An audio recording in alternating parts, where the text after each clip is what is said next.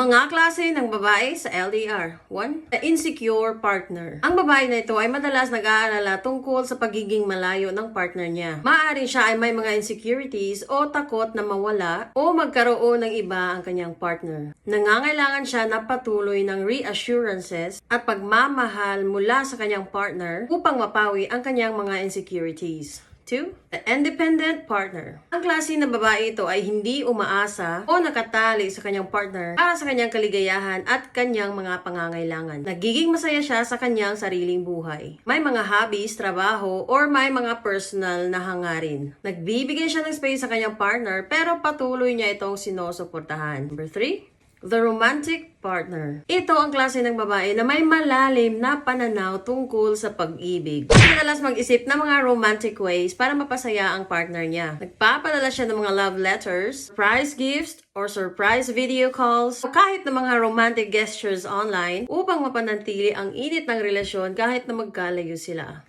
Next, the communicative partner. Klase ng babae ito ay palaging nagnanais ng mga deep communication sa kanyang partner. Mahalaga sa kanya ang regular na pag-uusap. Kahit sa maliliit na bagay lang, upang mapanatili ang closeness at kasamahan sa kabila ng distansya. Siya din ay nagiging open tungkol sa mga nararamdaman niya. Next, a distrustful partner. Klase ng babae ito ay palaging may pagdududa o hindi sigurado sa fidelity ng kanyang partner. Madalas siyang magtanong o madalas magpakita ng mga behavior na nagre-reflect sa kanyang takot na ang partner niya ay hindi tapat or baka magkaroon ng iba. Next, the supportive partner. Ito ang klase ng babae na nagbibigay ng walang sawang suporta sa kanyang partner sa LDR. Lalong-lalo na sa kanilang mga pangarap at sa kanilang mga personal na buhay. Kahit na magkalayo sila, patuloy siyang nagsisilbing cheerleader at nagiging motivator din para sa kanyang partner. At tinitiyak na ang relasyon nila ay hindi mawawala sa kabila ng mga challenges. Next,